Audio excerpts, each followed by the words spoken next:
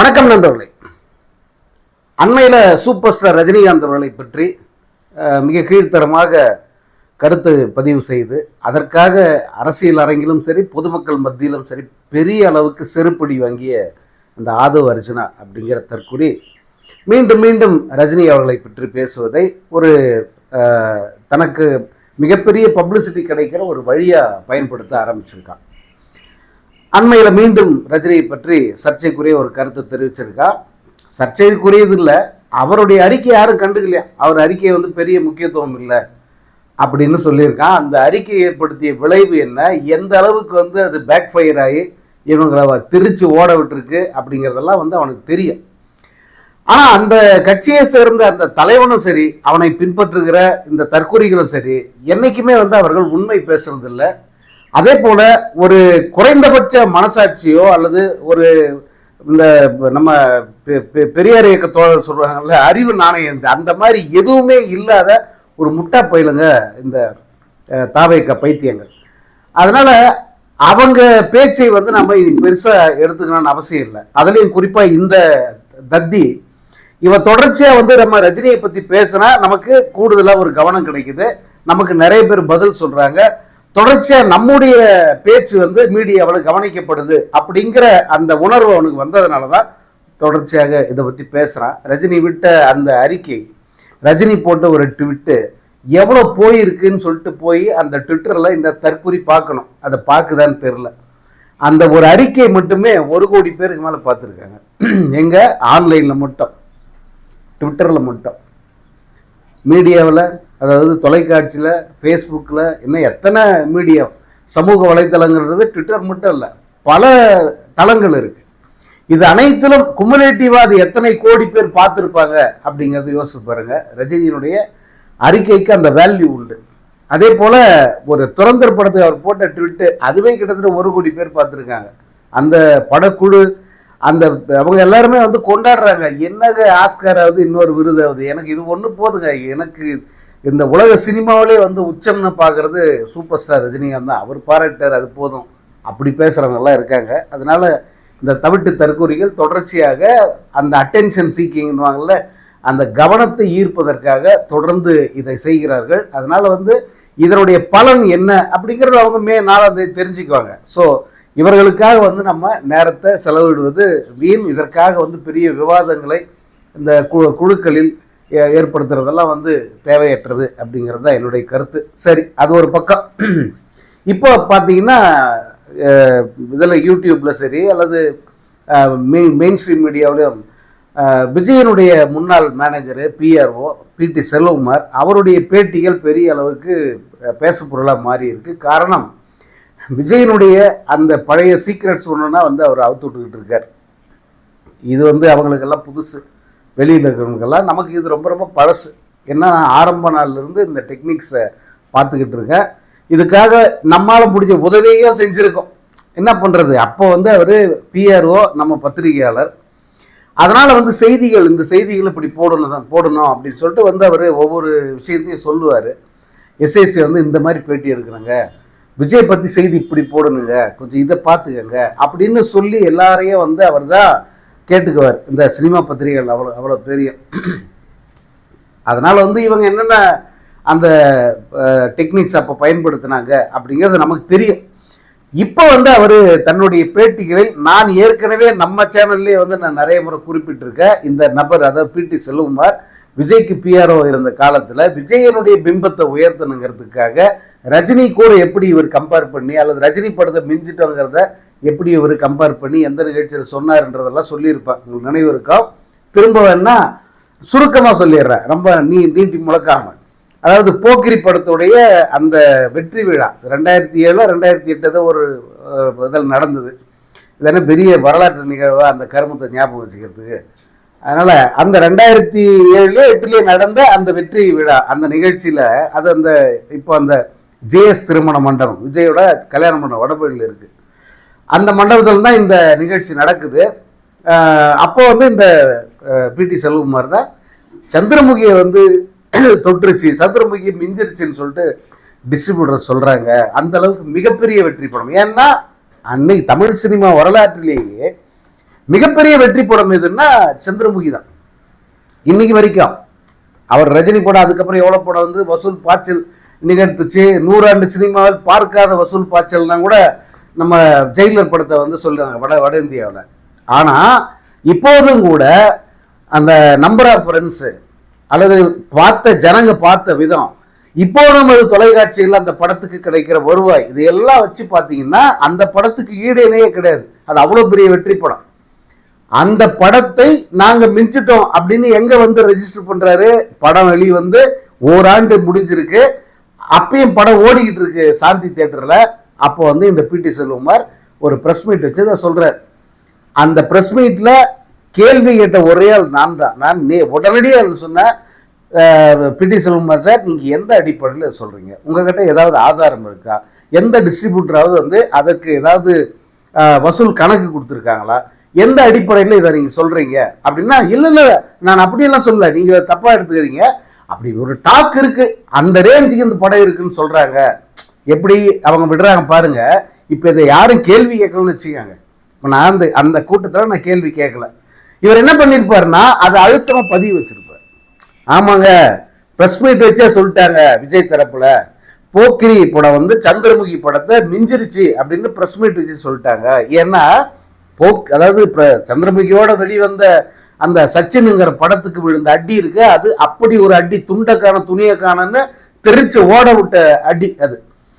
So அங்க வாங்கின அடிய அப்படியே வந்து எங்க வந்து ரீட்டேலேட் பண்றான்னா அந்த போக்கிரி படத்தோட சக்சஸை வச்சு இதை கம்பேர் பண்றான், இந்த படத்தை மிஞ்சிட்டோம் அப்படின்னு சொல்றான். நாங்க வந்து 2005 வந்து நாங்க சந்திரமுகியை மிஞ்சணும்னு சொல்லிட்டு சச்சினை விட்டோம். ஆனா அன்னைக்கு பட்ட அடி கொஞ்சம் நஞ்சம் இல்லை. அதனால வந்து இப்போ நாங்கள் வந்து மிஞ்சிட்டோம் அப்படின்னு எஸ்டாப்ளிஷ் பண்ணுறதுக்கு பிடி செல்வகுமார் அதை செய்கிறார். அதை இப்போ சொல்கிறார். இதை நான் இது வந்து கிட்டத்தட்ட 3 முறை நான் பதிவு பண்ணியிருக்கேன் அந்த நிகழ்ச்சியை. அதை இப்போ வந்து ஒரு சேனலில் உட்காந்துட்டு நாங்கள் இந்த மாதிரி வந்து ரஜினியை மிஞ்சிட்டோம் அப்படிங்கிறது தான் வந்து எங்களுடைய பிரபகண்டா.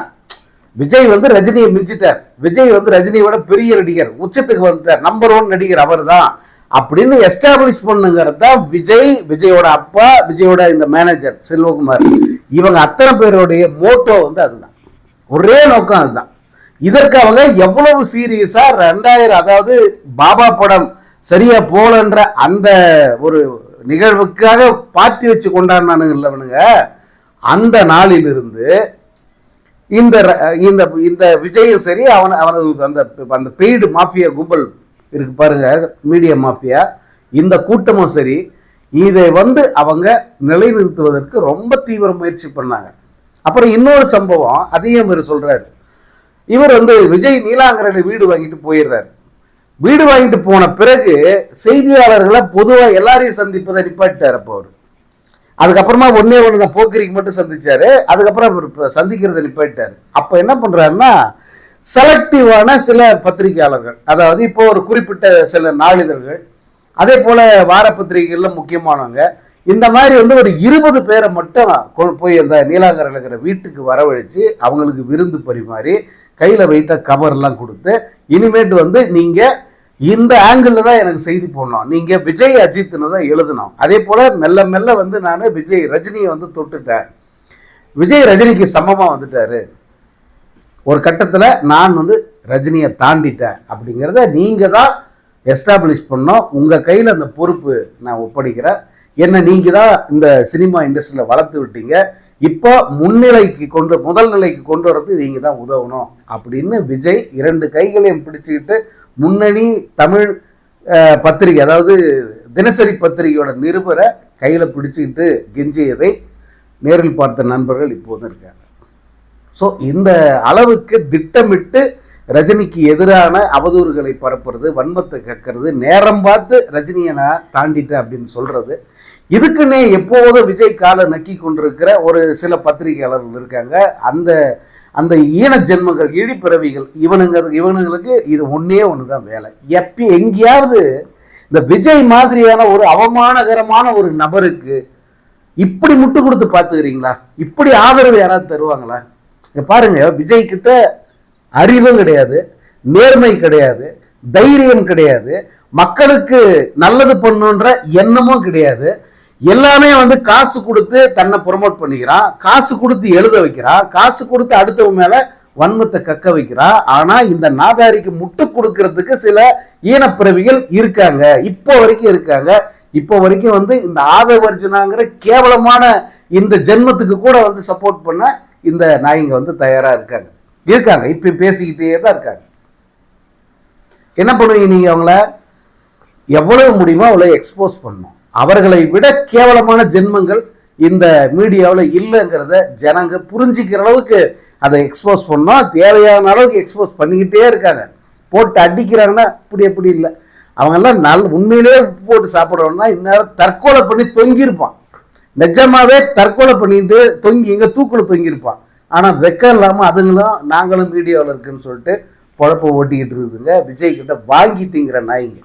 இதை விட இன்னும் கேவலமா எனக்கு திட்ட வரல.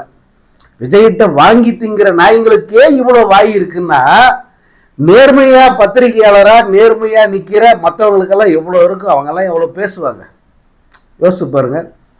ஸோ இந்த விஜயுடைய கூட்டமும் ஆரம்பத்திலிருந்தே அவங்க எந்த அளவுக்கு இல் மைண்டடா ஒரு பேடு ஒரு ஃபோர்ஸா வந்து அவங்க இந்த தமிழ் சினிமாவில் இருக்காங்க. இதுவரைக்கும் வந்து நீங்க இந்த விஜயால இந்த தமிழ் சினிமாவில் ஒரு தயாரிப்பாளர் வாழ்ந்தாருன்னு சொல்ல முடியாது.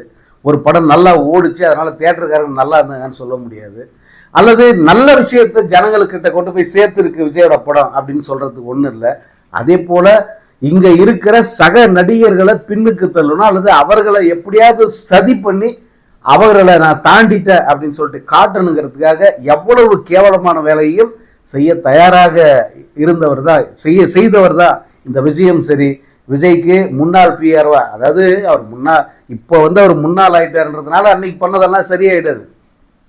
என்ன பிடி செல்வகுமார் இப்போதும் நமக்கு நெருக்கமானவர் தான், எப்போதும் ஃபோன் பண்ணி பேசக்கூடிய ஒரு தொடர்பில் இருக்கக்கூடியவர் தான். ஆனால் இன்னைக்கு அவர் உண்மையை சொல்றார். நான் இது ஆரம்பத்திலேருந்தே சொல்றேன், பிடி செல்வகுமார் இந்த வேலையை பண்றாரு. அவரை பண்ண வைக்கிறது எஸ்எஸ்சியா இந்த விஜய் மற்றும் விஜயோடைய அல்லகைகள் இருக்காங்க. அவங்கெல்லாம் வந்து விஜய்க்கு சப்போர்ட்டாக நின்றுக்கிட்டு பிடி செல்வகுமார் மூலமாக மீடியாவை இப்படி கண்ட்ரோல் பண்ணுறாங்கன்றதை தான் ஆரம்பத்தில் சொல்லிக்கிட்டு இருக்கேன். கூடுதல் தகவல் என்னென்னா, இப்போ இருக்கிற ரூட் ஜெகதீஷ், இந்த ரூட் ஜெகதீஷை கொண்டு போய் அங்கே சேர்த்து விட்டது இதே பிடி செல்வகுமார் தான். அன்னைக்கு தெரியாது இவர் இப்படி ஒரு ஆப்பை வந்து சொருகுவாருன்னு சொல்லிட்டு அந்த பிடி செல்வகுமார் ஜிவி பிரகாஷ் கிட்ட இருந்துற இந்த ஜெகதீஷை கொண்டு போய் விஜய் கிட்ட விட்டார்.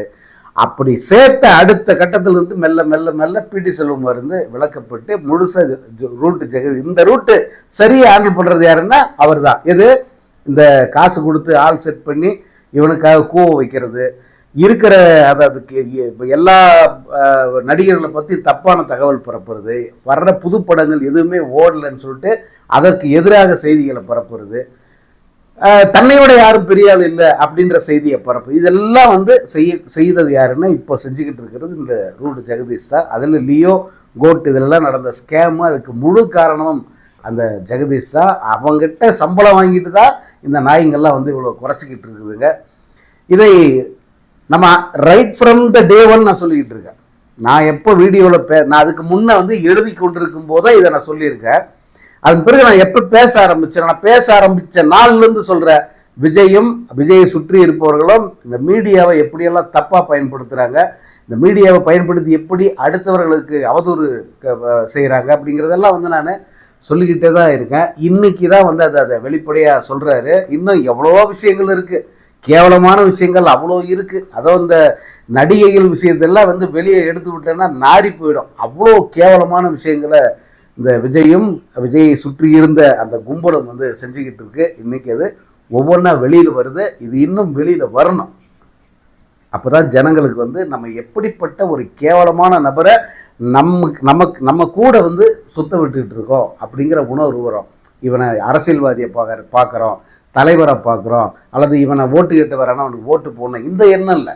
இப்படியான நினைப்பெல்லாம் வந்துடக்கூடாது. ஏன்னா அவன் தலைவனோ நான் ஒரு மனிதனோ அல்லது ஓட்டு கேட்டு வருவதற்கு கூட தகுதி இல்லாத ஒரு நபர் அவன். அப்படிப்பட்ட ஒரு நபரை நாம் வாழ்கிற இந்த சமூகத்தில் நம்ம சுத்த விட்டுக்கிட்டு இருக்கமாடா அப்படின்ற உணர்வு ஒருத்தருக்கு வரணும். இப்படி ஒரு ஜென்மம் நம்ம மத்தியில் வாழுதுடா அப்படிங்கிற உணர்வு தான் வரணும். இவன் ஒரு தலைவன், இவன் ஒரு கட்சியை தொடங்கியிருக்கான், பெரிய மயிர் பிடிங்கவன் அப்படிங்கிற நினைப்பெல்லாம் வர வேண்டிய அவசியம் இல்லை. இப்படி ஒரு ஜென்மத்தை நம்ம விட்டு வச்சிருக்குமே, இந்த நினைப்பு ஒவ்வொருத்தருக்கும் வரணும். அந்த நினைப்பு வர்ற வரைக்கும் நம்ம அடி தொடரும்.